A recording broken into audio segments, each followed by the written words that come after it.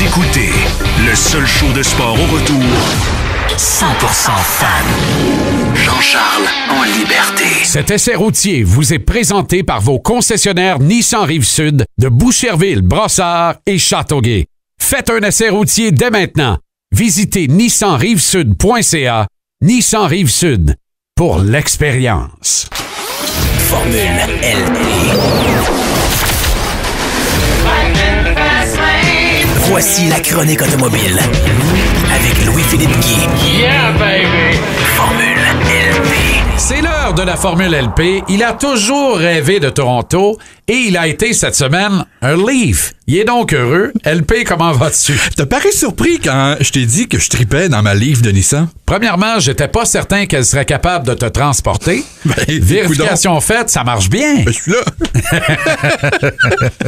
Écoutez la voiture, le son d'une voiture conventionnelle qui démarre. OK, on écoute.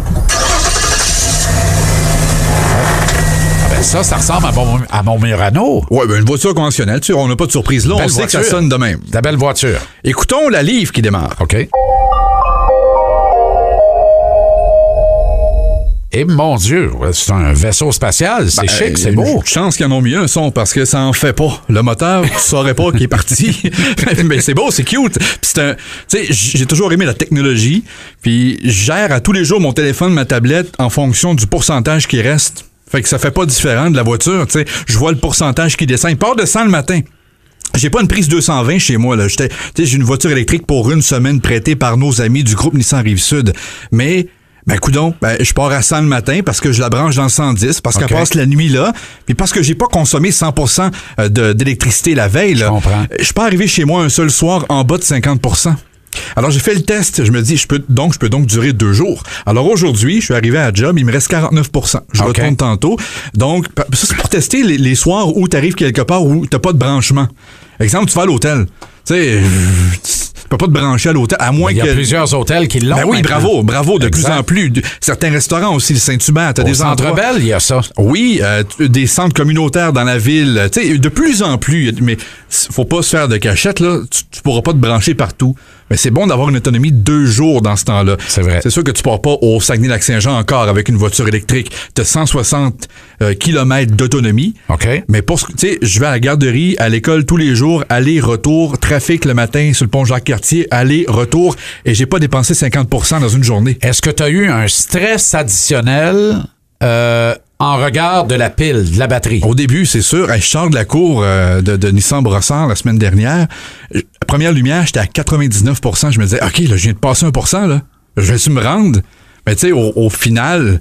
Tu finis par arrêter de regarder parce que tu prends l'habitude. Au bout de 2 jours, ça te stresse plus. C'est réglé. Tu prends l'habitude de te brancher encore une fois dans le 110, mais il y a des prises 220. Ça, c'est encore plus rapide. C'est 5 heures recharge au complet, là. De 0 à 100, 5 heures sur du 220.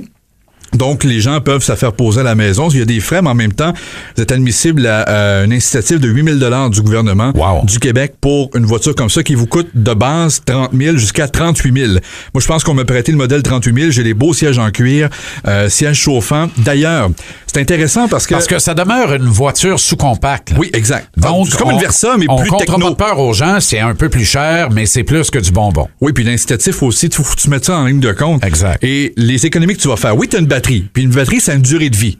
C'est sûr que dans 10 ans, ma batterie au lithium, elle rechargera plus comme elle recharge là. Ouais. Mais tu vas pas faire ton plein, ton 40-50$ par semaine que tu vas mettre dans la voiture, tu le mets pas. Parce que tu te branches partout.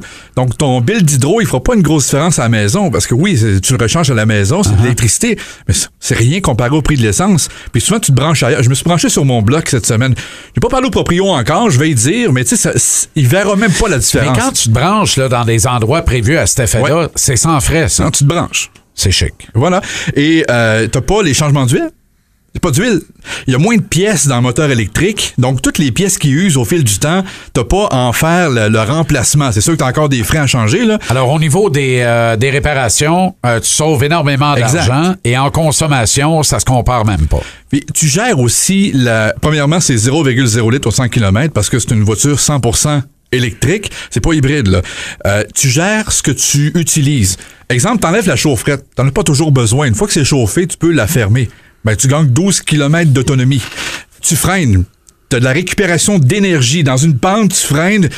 Tu vois, quand tu t'accélères, les bulles blanches vont vers la droite. Là, ça veut dire que tu consommes. Mais quand tu freines, tu ralentis, tu descends une pente, les bulles vont vers la gauche. Donc là, t'emmagasines de l'électricité qui vont servir au service dans ta voiture. T'as aussi l'aileron en arrière.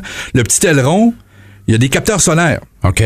Ça va pas te permettre de faire 2 km de plus, mais tout ce qui est radio, tout ce qui est électricité intérieure du véhicule. C'est vraiment bien fait. Ben oui. Honnêtement, est-ce que tu recommanderais ça plus qu'un hybride, à la limite? Ben pour les gens qui roulent en ville, oui, hein? La Leaf, c'est sûr, c'est certain. Parce que je t'écoute parler puis je me dis, wow, tu sais, c'est l'hybride, tu mets quand même de l'essence, tu mets quand même de l'huile. L'électrique, tu mets rien de ça, là. Oui, puis tu peux faire une location aussi. Exemple, tu vas pas partir en fou là pour t'acheter une Leaf. Tu peux commencer par une location. T'sais. Excellent. Merci aux gens de groupe Nissan Rive-Sud, Nissan Boucherville, Nissan Brossard et Nissan Châteauguay. Ça a été bien le fun de faire des essais routiers avec toi. Puis là, tu t'en vas en quoi? On s'en va avec Groupe Barnabé conduire une Kia, le Sportage pour la prochaine semaine, dès vendredi. Je vais faire l'essai et d'ici là, j'ai fait le test, là. Tu mets la radio 91.9 Sport ou tu l'enlèves, ça fait pas de différence sur la batterie. Alors on peut mettre ça dans le fond, pas de problème. Formidable. 91.9 Sport et Groupe Nissan Rive-Sud qu'on remercie. Groupe Barnabé pour la suite. Merci mon cher LP. À la semaine prochaine pour une autre formule de ton gros cru.